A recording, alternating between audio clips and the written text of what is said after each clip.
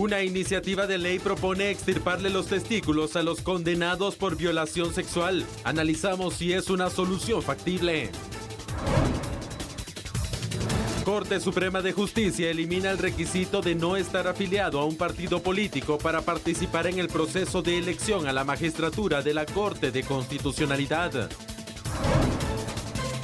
El gobierno de Guatemala anunció que el monto del presupuesto 2021 se reduce en 13,000 millones de quetzales. Sala Segunda de Apelaciones redujo de 30 a 8 años de cárcel la sentencia contra el expresidente del Congreso, Pedro Moadi. El dinero de las remesas se distribuyen a varias áreas, pero ante el impacto de la pandemia, ese dinero ha tenido nuevos destinos. Le explicamos en qué consisten.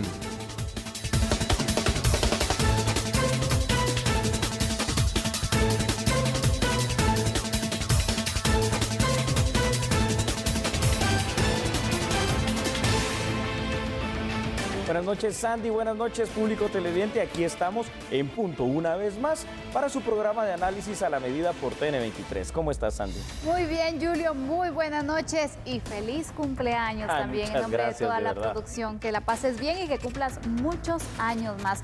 Hoy el análisis va a estar de festejo también. ¡Ah, qué buenísimo! Gracias, sí. Así es. No, ya son 45 años y bueno, pues es lo que hay, ¿verdad? Pero gracias a Dios por ellos. Así es. Bueno, queríamos compartir esta noticia. Gracias. Para iniciar este programa. Muchas gracias por permitirnos llegar a su hogar y acompañar este análisis. Julio, temas, la verdad, que han generado mucha polémica, los que tenemos hoy, especialmente el primero, donde surge una nueva propuesta. Wow, la orquiectomía, es que al final de cuentas uno dice, ¿a qué nos estamos refiriendo? Pero bueno, es algo que se ha propuesto, como tú dices, para aquellos que se han dedicado a las violaciones. Veámoslo, ¿te parece? Veamos entonces nuestro primer análisis acerca de la castración quirúrgica. Iniciamos. Así es.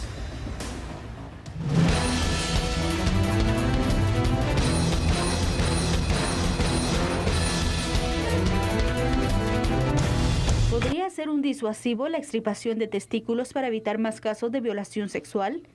Esa es la propuesta presentada ante el Congreso de la República para la aplicación de la castración quirúrgica en violadores, un método operatorio que reduce varios factores en el cuerpo del hombre.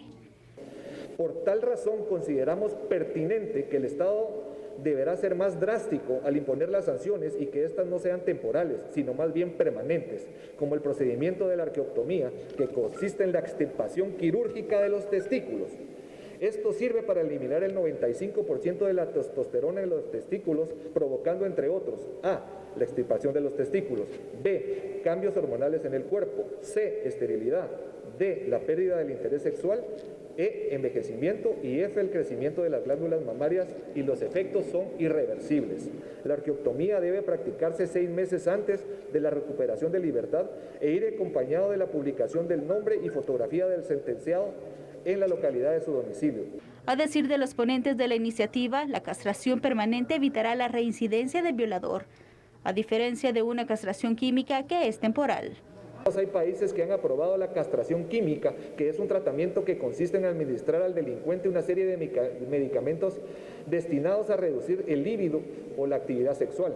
Este procedimiento solo es temporal, debido a que se debe de realizar cada 3 meses, y si ya no se administra, vuelve el deseo del agresor a tener relaciones sexuales. Lo que persigue el delito es de que una vez cometido el delito, lamentablemente, al practicar este procedimiento de arqueoptomía no puede haber reincidencia. La secretaria contra la violencia sexual, explotación y trata de personas, Sandy Recinos, dijo que apoyan esta clase de propuestas, pues los datos señalan que en 2020 el Ministerio Público recibió 9.212 denuncias por violación sexual.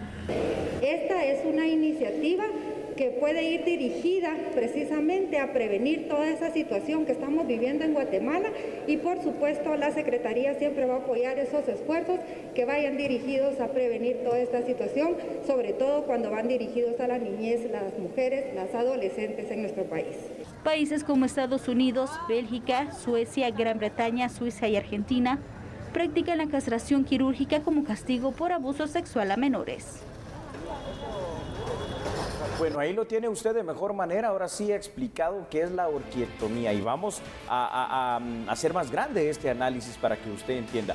Yo creo, Sandy, antes de ver los datos, que aquí hay algo que quiero rescatar y es el hecho de que el Estado de Guatemala, y eso pues parece ser lo que estamos viendo con los diputados de esta 9ª legislatura, si hay una voluntad, esperemos no solo una cuestión política, sino que una voluntad real de querer hacer algo más drástico para tratar de frenar, de prevenir, de disuadir a la delincuencia organizada en el tema de quienes abusan de las mujeres a través de las violaciones sexuales, y ahora habrá que ver el otro gran tema de aquellos que se dedican a asesinar a los guatemaltecos. Pero si de verdad se logra discutir y aprobar, pues es un castigo de castigos, te digo.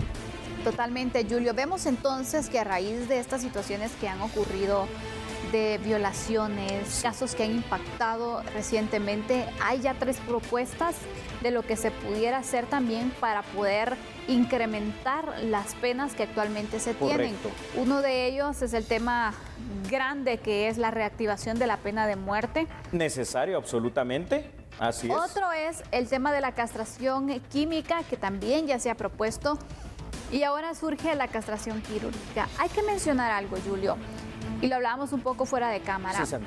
La iniciativa de la castración química y la castración quirúrgica ya se ha presentado en otras legislaturas. Sí, La pregunta aquí es, ¿será que esta legislatura se animará a aprobar una de estas leyes? Pues ojalá que sí, porque es una combinación de varios pasos hasta llegar a esa pena máxima, esa pena capital. Pero si tenemos que empezar por esto, ya es un avance, porque al final de cuentas las penas terminan siendo bastante menores con relación al daño causado. ¿Le parece si vamos con datos, Sandy? Muy bien. Perfecto, entonces veamos, por favor, ahí los tiene usted en pantalla. Y es que la propuesta es aumentar la pena más que aumentar la pena de prisión, se basa en un procedimiento quirúrgico, lo decía Sandy Monroy, orquiectomía, que es la castración quirúrgica.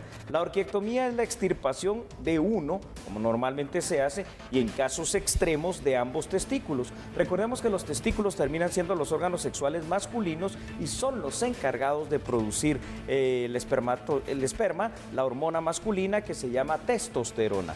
Una orquiectomía es un tratamiento común para el cáncer de testículo, es decir, también tiene utilización en lo médico.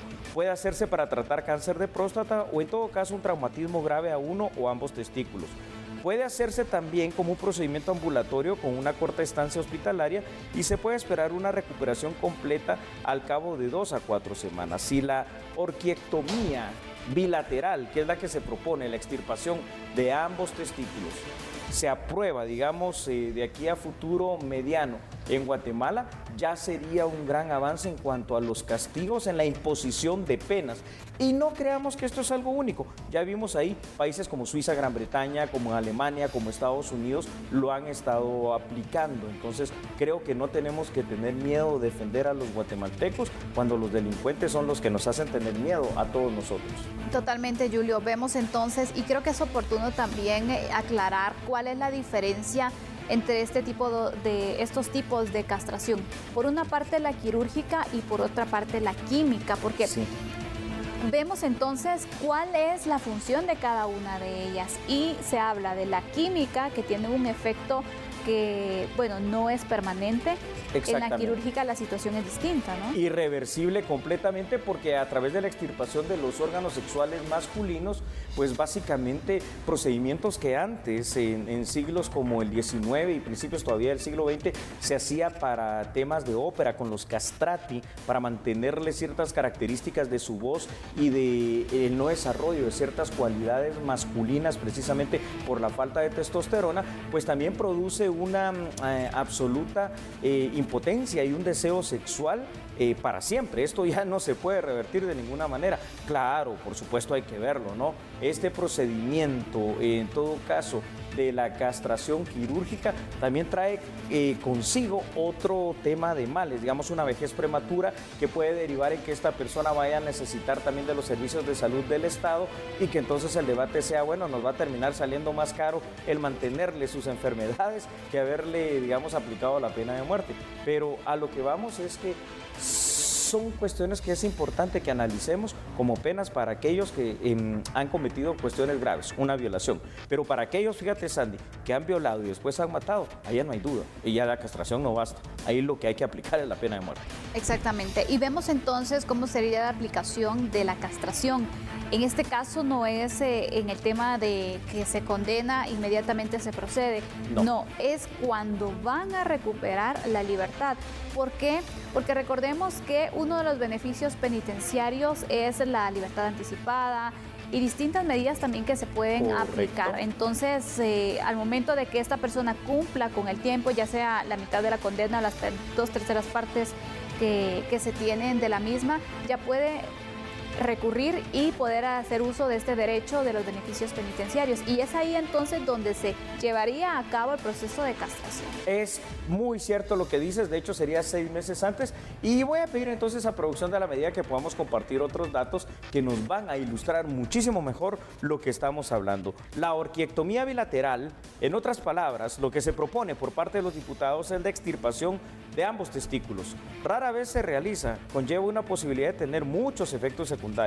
Estos efectos secundarios están relacionados con la pérdida de la testosterona después de haber eliminado ambos testículos y incluyen también lo demás, una esterilidad total, la pérdida de interés en el sexo, obviamente, problemas de erección, de hecho ya no existe, aumento del tamaño de los senos, lo que se llama ginecomastía, aumento de peso, pérdida de masa muscular y osteoporosis. Pero aquí está la propuesta, precisamente para que se pueda dar castigos ejemplares a aquellas personas que abusan de las mujeres. Ahora te digo algo. ¿Cómo sería esta situación, por ejemplo, para aquellos que abusan de menores de edad? ¿También será que es igual de grave que a una mujer mayor de edad? ¿Se aplicaría esto o ya habría algún límite legal que pudiera pasar a aplicarse inclusive la pena capital? No lo sé, a eso habría que discutirlo. Pero si este es el primer paso para llegar a penas más duras, estoy totalmente de acuerdo. ¿Cuál sería, Julio, a manera de conclusión, tal vez de una forma breve, el proceso que deberían llevar los diputados en estos casos que son tan polémicos, pero también tan relevantes para el país? Muy bien, Sandy. Esto tiene que discutirse como cualquier iniciativa de ley. Tiene que pasar a la comisión que corresponde, probablemente a la Comisión de Seguridad, también a la Comisión de Justicia, llevarlo al seno del Pleno, que el Pleno discuta, que vea la forma, el estilo, pero que vea más que eso, la esencia de la ley. Y si es una ley que definitivamente viene y sirve para cumplir con el artículo 2 de la Constitución, brindar a los guatemaltecos y asegurar seguridad y la vida, entonces definitivamente no queda otra opción más que aprobarla. Esperemos que empecemos a dar esos pasos positivos para defender a las víctimas y más los victimarios. Totalmente. Y bueno, vamos a hacer una pausa en este momento, pero lo queremos invitar para que ingrese a nuestras redes sociales. En Twitter tenemos una encuesta relacionada con la castración química para que usted pueda participar. Regresando a la pausa, Julio, hay un requisito que la Corte Suprema de Justicia eliminó para los que deseen postularse a magistrado de la CC. Así es, inverosímil, pero mejor vamos a la pausa y lo analizamos. Somos a la medida.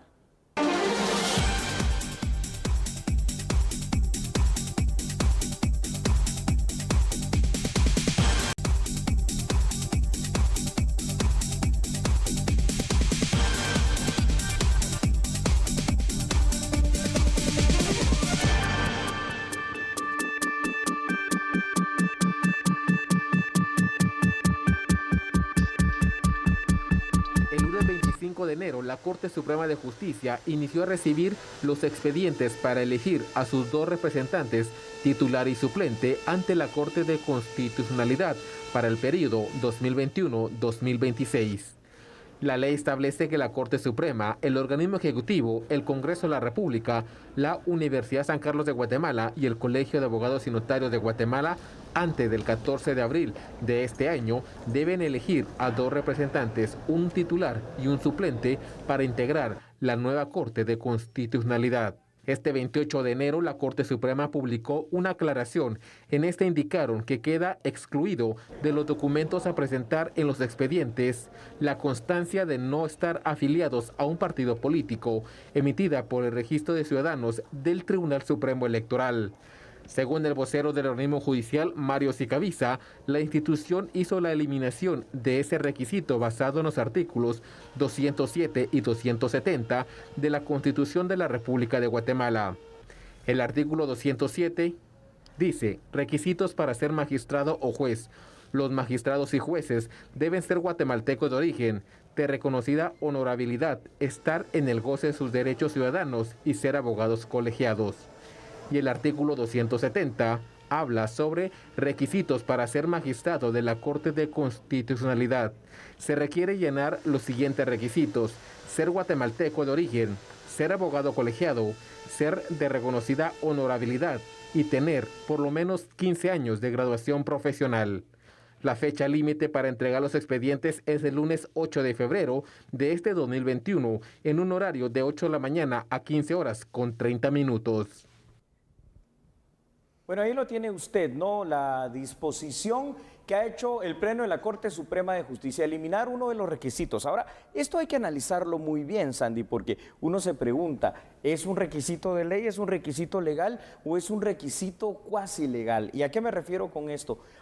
A través de todos estos procesos de comisiones de postulación, de todos estos procesos, años y periodos anteriores para elegir a magistrados, han venido surgiendo cuestiones que a veces terminan siendo buenas, algunas malas, otras, pero subjetivas al final de cuentas, y se vuelve cuasi una ley el hecho de que, por ejemplo, diga, bueno, que no esté afiliado a un partido político, que yo estoy de acuerdo particularmente que no esté afiliado a ningún partido político, porque puede haber algún tipo de ideología, de interés o algo. Pero si revisamos la Constitución, tampoco es que aparece eso como un requisito sine qua non.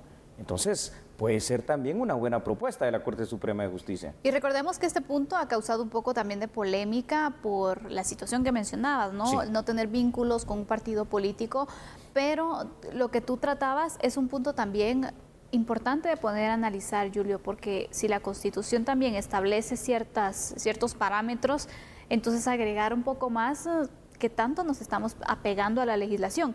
Y quitarlo o no ver este punto también, entonces, ¿qué tanto puede afectar un proceso? ¿Qué tan grave es esta situación? Yo creo que al final de cuentas, bueno, número uno, el problema que ahora estamos viendo se deriva de procesos anteriores, en los cuales el hecho de venir y decir que no pertenezca a ningún partido político, que parece, como te digo, muy lógico, se ha convertido en una regla, en una costumbre, y la costumbre como fuente de derecho se vuelve cuasi norma.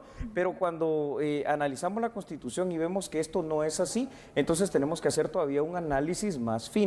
Y este análisis nos llevaría a pensar, bueno, ¿es un derecho humano el poder acceder a estos cargos, elegir y ser electo, así sea por estos medios? Sí, sí lo es, porque al final de cuentas termina estando constituido como ese derecho que te estoy mencionando, tanto en la Constitución como en la Declaración Universal de los Derechos Humanos.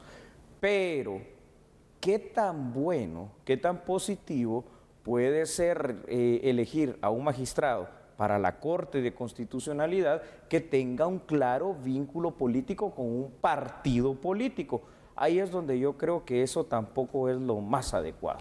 Julio, pero también es importante ver el trasfondo de esto. En realidad es complicado cuando tú dices, bueno, no tienes que estar vinculado a un partido. Y entonces, a la larga, lo que se hace es motivar a la gente que no piense en política, que no se afilie, que no participe, porque no va a poder ser parte de otros procesos que le pueden interesar. Por ejemplo. O sea que viéndolo así, pues no debería ser también un impedimento, porque al final de cuentas todos terminamos haciendo políticas. El solo relacionamiento con la familia, con las personas, con quienes nos acompañan en el trabajo y en todos lados en donde estamos, hacen que seamos seres gregarios y seres que hacemos política. Y una de las grandes cualidades negativas, en este caso del guatemalteco, es el no involucramiento en la política como tal. ¿Por qué? ¿Qué pasa en Estados Unidos? Los jueces, cuando van a la Corte Suprema de Justicia, ellos tienen una carrera judicial, pero tienen también un claro albedrío y una situación bien definida de si son jueces republicanos o demócratas, y al final de cuentas terminan siendo electos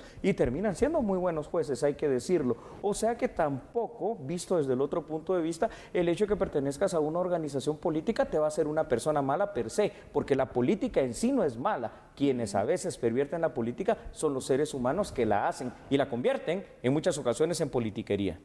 El tema aquí es trasfondo en el caso del sistema político, el cual tiene que irse fortaleciendo, porque también la política en nuestro país la satanizamos tanto, Julio. Te dicen político, te dicen corrupto, mañoso. Exactamente. Entonces, por eso después nos justificamos el por qué no hay mucha participación de personas en los procesos electorales, no hay mucha participación y decimos, bueno, están otra vez los mismos, porque no hay personas quienes se quieran animar también a participar, y cuando ves situaciones como estas, donde mejor no me involucro porque entonces me voy a tachar para toda mi vida en cualquier situación que yo pueda enfrentar, pues bueno, también, ¿no? Aquí el punto es de tener esa independencia y separación de funciones y de poderes, ¿no? Sí, Sandy, esto hay que cambiarlo y hay que involucrarse en la política. Vamos, por favor, con los primeros datos que están preparados para usted en este análisis. Y es que para poder participar en este proceso, los interesados deben cumplir con los requisitos que ya conocemos. Ser guatemalteco de origen, un abogado colegiado que sea de reconocida honorabilidad, lo cual es el más subjetivo de todos los requisitos, 15 años de graduación profesional y estar en el pleno goce de sus derechos ciudadanos. Ojo, Sandy, porque aquí fíjate esto, estar en el pleno goce de sus derechos ciudadanos y la participación y el involucramiento político termina siendo uno de los derechos ciudadanos. Así que al final de cuentas puede parecer no tan descabellada la situación de la decisión que tomó el Pleno de la Corte Suprema de Justicia. Julio, realmente hay otros requisitos que pueden incluso valorar más que si eres parte de un partido político o no. Sí, un tema muy cuestionado que siempre se ha hecho es, por ejemplo, la honorabilidad. La forma en la que tú puedes determinar si una persona es honorable o no. Es que, ¿cómo ponderas eso? Porque puede ser ante la sociedad una persona que da la impresión de ser honorable, pero puedes, digamos, no a la vista pública, ser cualquier mañoso, probablemente estafador, corrupto, qué sé yo, ¿verdad? Puede ser eso. Entonces, esa reconocida honorabilidad, ¿en qué se basa? En el hecho de que no hayas tenido algún tipo de proceso en lo civil, en lo penal, en lo laboral, también eso llega a ser subjetivo, ¿no? Porque muchas veces, imagínate que tienes un proceso por una situación penal en donde terminaste atropellando a una persona que venía ebria, drogada o algo y se te atravesó a ti. Entonces, la subjetividad de la honorabilidad está peor que el tema de venir y la participación política. Exactamente. Sí. Pero hay más datos para poder ampliar entonces sobre este tema, un requisito eliminado por la Corte Suprema de Justicia. Con mucho gusto, Sandy, claro que sí. La Corte Suprema de Justicia, interpretando la Constitución, entonces decidió anular el requisito que se lo sacaron en algún momento de la manga antecesores de no pertenecer a ningún partido político. Esto podría representar para algunos algún peligro de que a las Cortes no lleguen personas idóneas, sino las políticamente más fuertes. Sin embargo, sectores también distintos argumentan que los cambios simplemente están basados en ley y sobre todo en la Constitución, artículo 207, artículo 270. Y sí, señores, por favor, revísenlo, y la verdad que así es.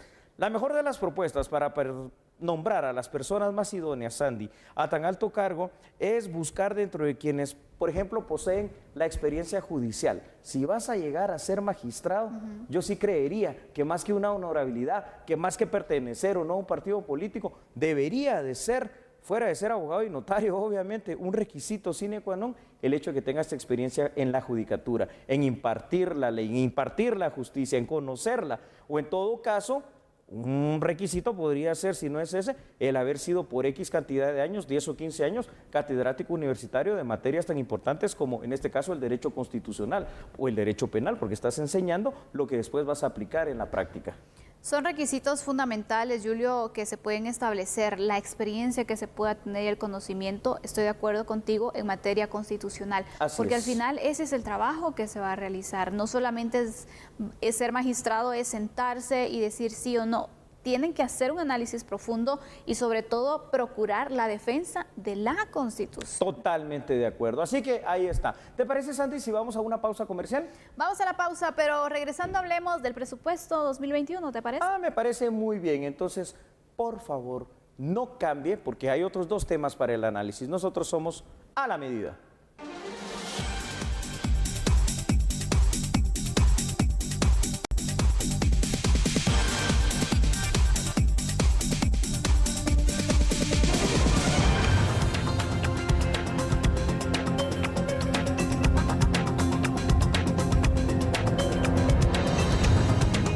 Los jueces del Tribunal Octavo de lo Penal, el 2 de marzo del 2020, declararon culpable al expresidente del Congreso de la República, Pedro Moadi, de haber cometido lavado de dinero, asociación ilícita y peculado por sustracción, y fue sentenciado a 30 años de cárcel inconmutable. En el juicio, el Ministerio Público demostró que Muadi, como expresidente del organismo legislativo, sustrajo 4 millones de quetzales a través de la modalidad de plazas fantasmas. Los fondos fueron retirados a través de 29 personas contratadas por el Congreso, pero nunca se presentaron a trabajar, agregó la investigación del ente encargado de la persecución penal. En la fase de impugnación de la sentencia de 30 años de cárcel, los magistrados de la Sala Segunda de Apelaciones, con una votación de 2-1, resolvieron anular 22 años de prisión en contra de Pedro Muadi. A criterio de los magistrados que aceptaron el recurso legal de impugnación, el expresidente del Congreso de la República, Muadi, solo es responsable por peculado por sustracción de forma continuada y por ese delito debe cumplir una sentencia de 8 años de cárcel inconmutable. Bueno, Sandy, al final de cuentas aquí estamos viendo la aplicación del sistema de justicia en Guatemala. ¿Y esto a qué se refiere? Es un ejemplo de lo que yo diría el debido proceso. En primera instancia, es decir, ante un tribunal, sale el expresidente Muadi del Congreso condenado a 30 años por 3 delitos. En revisión, porque presenta obviamente una apelación especial, la sala, integrada por 3 magistrados, dice sí, aquí la sentencia la vamos a confirmar en cuanto a que es condenatoria, es decir, hay años de cárcel. Pero resulta ser que en la valoración de la prueba dice que hay 2 delitos que no se pueden probar de una manera contundente, por lo cual esos 2 delitos los vamos a quitar, los vamos a anular de la sentencia y vamos a dejar el que sí representa el haber sustraído esos 4 millones, digamos, del Congreso de alguna manera a través de la forma en que lo haya hecho, eso lo desconozco, no tengo la vista del caso, y confirman esa sentencia, con lo cual, a pesar de que se sigue continuando con la sentencia condenatoria, se da una reducción a 8 años de privación de libertad. Entonces, así es como debe funcionar el sistema de justicia, ¿verdad? Revisar, venir con los recursos y si hay errores, corregirlos, pero en este caso, pues la sentencia sigue siendo condenatoria. Lo único que primera instancia no había ponderado y valorado que no se podían comprobar 2 de los delitos. Entonces, también eso es poco subjetivo y poco legal, ¿no? Totalmente, Julio. Uno de los delitos por los cuales también se da esta revisión es por asociación ilícita. Es correcto. Entonces, la pregunta es, ¿cómo es que no se consideró anteriormente que no aplicaba este delito? Porque fueron 3 delitos los cuales dio a conocer el Ministerio Público, por los cuales acusó a Muadi, y después de todo un proceso se condena por estos 3 delitos. Buena pregunta. La sana crítica razonada, que debería ser algo que prevalece en los tribunales, en los jueces, pues a veces no se aplica y son criterios personales que se vuelven criterios subjetivos y que se salen obviamente de la tangente de la ley. Vamos entonces a ver, por favor, alguna información sobre este tema para que podamos continuar con el análisis. Y es que revisemos el historial de este caso. El expresidente del Congreso, Pedro Muadi, fue sentenciado el 2 de marzo del año 2020 por los delitos de lavado de dinero, asociación ilícita y peculado por sustracción. La condena fue de 30 años y 8 meses. Por lavado de dinero fue condenado a 13 años y 8 meses, por asociación ilícita 9 años y por peculado por sustracción fueron 8 años de condena. Ahora se anuló la condena contra Muadi por el delito de lavado de dinero y asociación ilícita. Esto quiere decir que no se logró probar de alguna manera bien por el Ministerio Público todo lo que implica el lavar dinero, es decir, sacarlo, utilizarlo en otra cosa, bancarizarlo, comprar algún otro tipo de propiedad. No se logró comprobar en primera instancia de manera fehaciente por el Ministerio Público la asociación ilícita, al menos 3 personas actuando conjuntamente para hacer este delito. Probablemente fue 1, fue 2, eso no lo sabemos, pero sí se logra comprobar y ratificar, que es lo que sí el Ministerio Público pudo, ahí sí que comprobar científicamente el hecho del peculado por sustracción, y es donde la Sala de Apelaciones dice, este es el delito que sí está plenamente comprobado, pues que continúe esta condena, pero quitan los otros 2. Creo, al final de cuentas, que así es como debe funcionar la justicia. ¿Qué pasa? Puede ser que el Ministerio Público en este caso no esté de acuerdo con esta resolución de la Sala de Apelaciones, seguro, entonces tiene también el plazo correspondiente para presentar la apelación que le corresponde. A eso iba, Julio. ¿Qué proceso sigue entonces luego de darse a conocer esta resolución como parte de un proceso de revisión de condena? Interesante. La primera instancia, el Tribunal de Sentencia, con la condena de 30 años. Obviamente la apelación especial interpuesta por los abogados o el abogado de Pedro Muadi hace que se pase a la segunda instancia, la sala de apelaciones. Se revisa con lo que ya explicamos y se da una reducción de condena a 8 años de privación de libertad, pero todavía privación de libertad. ¿Queda una posibilidad todavía para el Ministerio Público de recurrir? Sí, y ese recurso se llama casación, que sería la última de las instancias donde ya se va a revisar por parte de los 13 magistrados de la Corte Suprema de Justicia si lo actuado por el Tribunal de Sentencia o lo actuado por la Sala de Apelaciones es lo correcto, ya que pondere en este caso básicamente la Cámara Penal y entonces ahí se terminan los recursos. Después puedes acudir, pero a la Corte Celestial a pedir que la condena o lo que sea pase rápido, ¿no?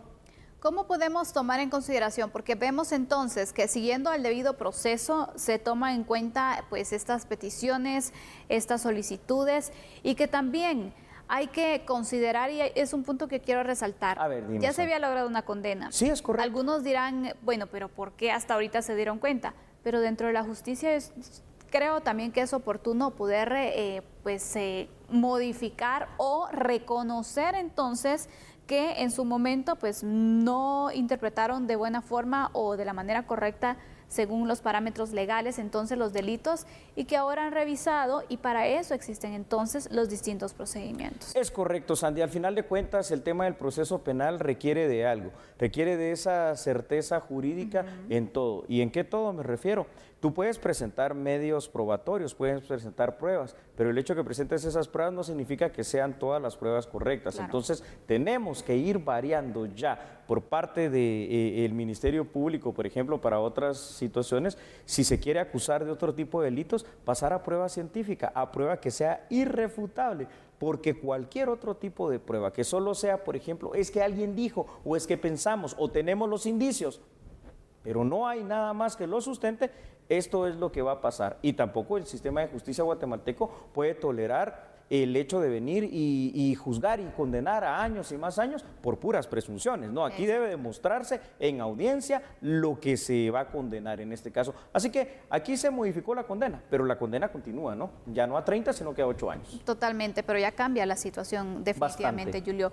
Mayor criterio y sobre todo también garantizar este proceso que debe ser siempre buscando la justicia, es lo que se pide. Fortalecer también, con esto se evidencia el sistema de justicia que es necesario, Julio. La reforma, sí. Totalmente. Vamos a la pausa entonces. Regresando, ¿hablamos del presupuesto? Hoy sí vamos a hablar del presupuesto, claro que sí. No cambie, por favor. Recuerde que nosotros somos a la medida.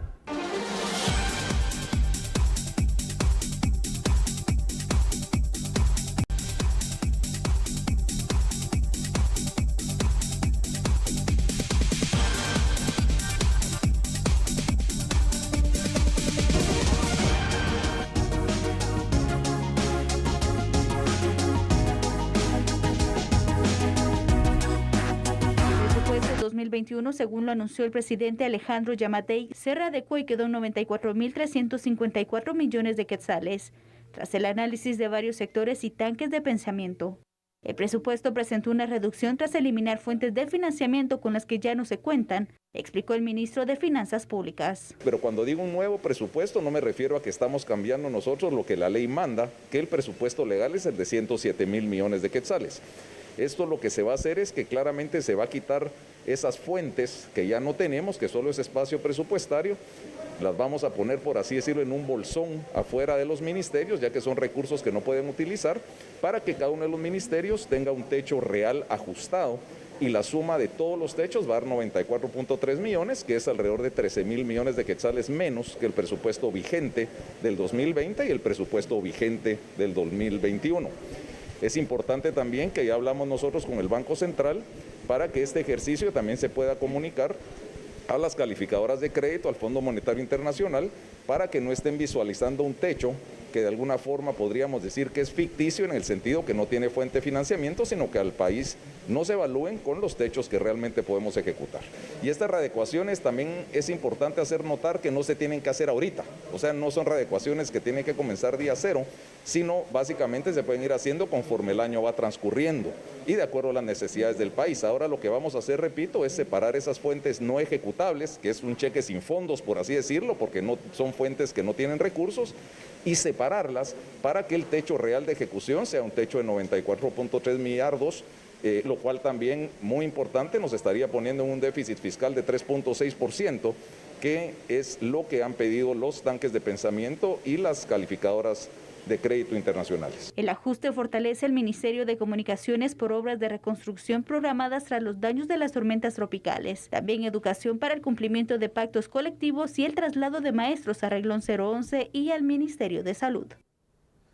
Yo creo que aquí queda una gran lección, es decir, hay que tener de ahora en más ese cuidado en el presupuesto de ingresos y egresos de la nación. ¿Por qué? Porque aquí era evidente que la readecuación presupuestaria era necesaria, ¿no? Y así pues se hizo esta mesa técnica de discusión, los tanques de pensamiento económicos pues dieron su aporte y ahora están esos 13.000 millones de quetzales menos, los 13 millardos.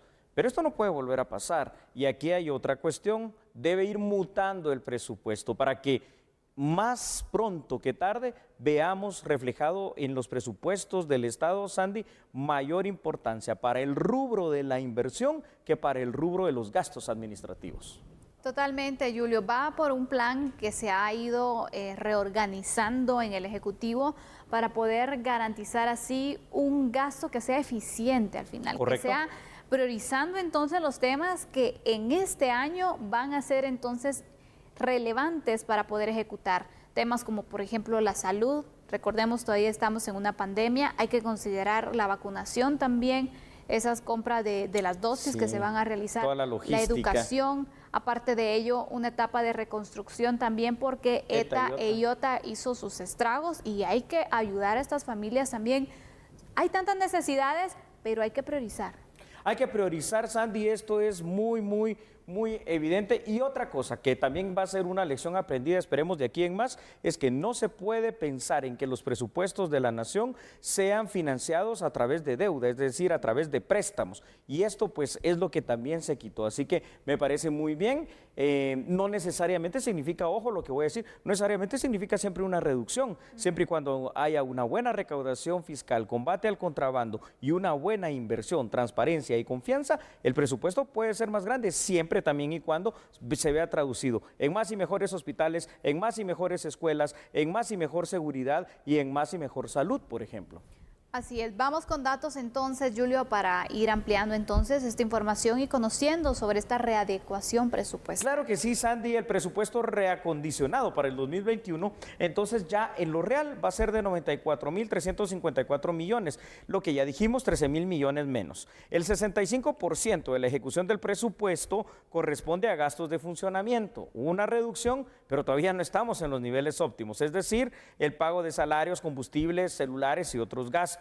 Un 18% será destinado para la inversión. Se priorizarán acciones de salud, educación, seguridad e infraestructura y un 15% para el pago de la deuda pública. Aquí es donde el rubro ese de 18.9% para la inversión es donde todavía tenemos que mejorar muchísimo. No puede ser que solamente el 20% vaya a la inversión. Así que uno de los grandes retos para el presupuesto 2022 que ya tenemos que ir pensando, primero como sociedad guatemalteca, como legislativo, como ejecutivo y todos los involucrados en el mismo, es aumentar lo que ya dijimos, la inversión pública.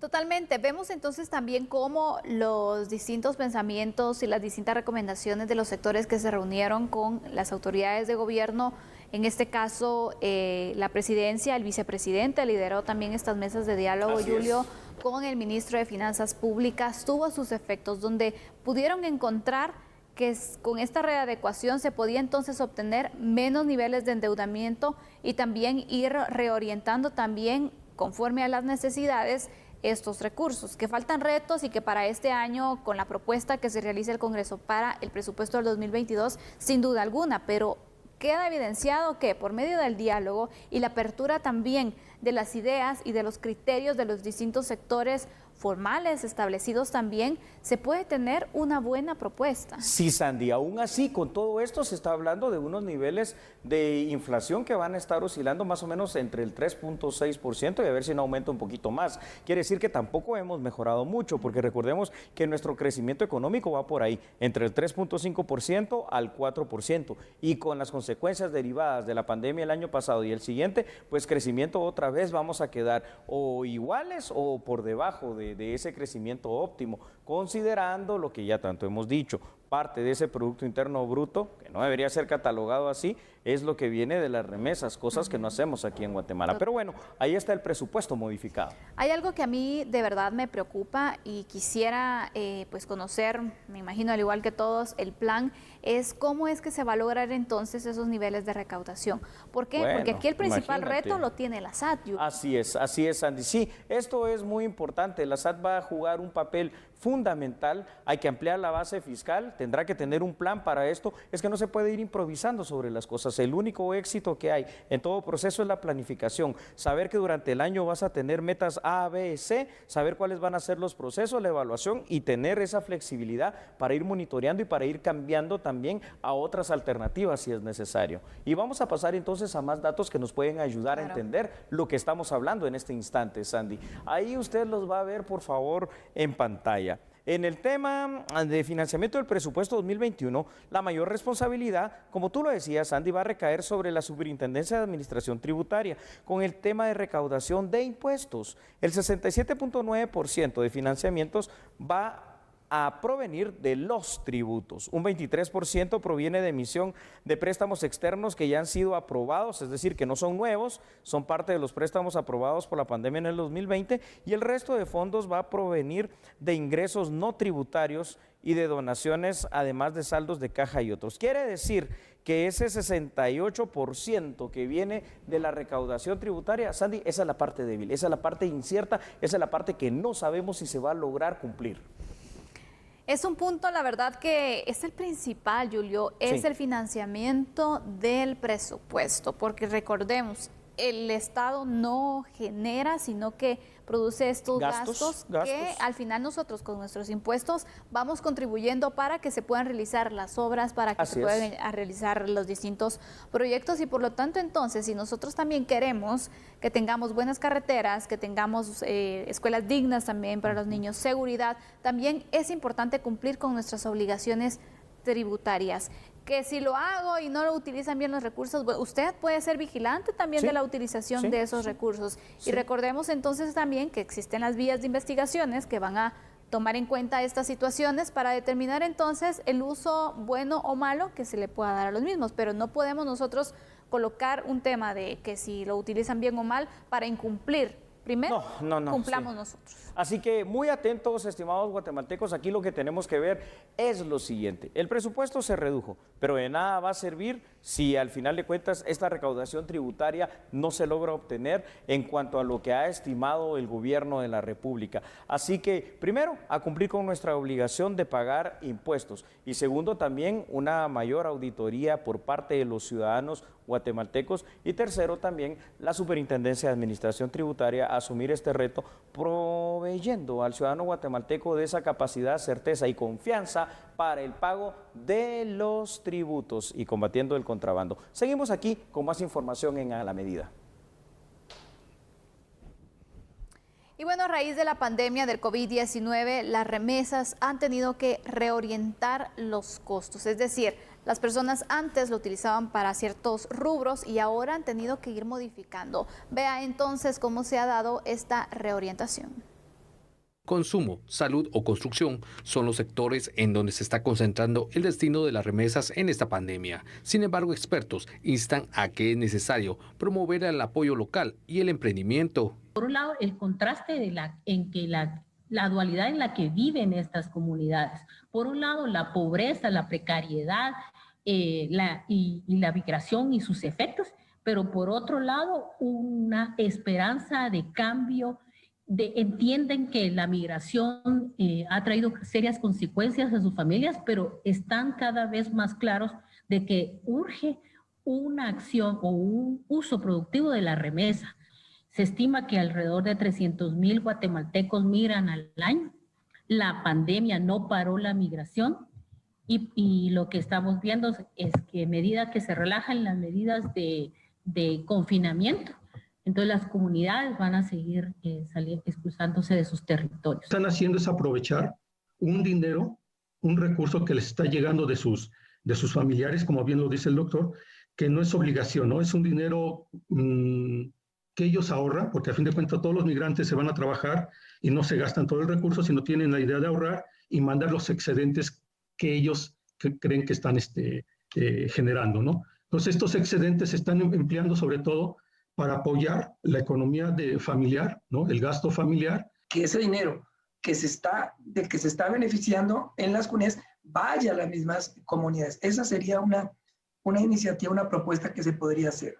Sobre el tema del uso de remesas para las viviendas, sí, ese es un tema que cae en ese criterio de uso personal. Es decir, lo que uno ve es que hay muchos migrantes que para ellos lo más importante es acumular bienes porque eso a futuro va a generar una estabilidad. Siempre hemos insistido en la necesidad por eso del cambio de mentalidad en el uso de las remesas, ¿no? En la medida en que alimentemos bienes de consumo, eso le está beneficiando a un sector. En 2020, los migrantes guatemaltecos enviaron 11.340 millones de dólares y del 1 al 21 de enero, el Banco de Guatemala contabiliza un ingreso de 603 millones de dólares. Noticia, nosotros nos despedimos, agradecemos a usted por su sintonía y nuevamente te felicitamos, Julio, que la sigas celebrando y pasando bien. Gracias, Andy. Bendiciones. A usted también. Buena noche. Chao.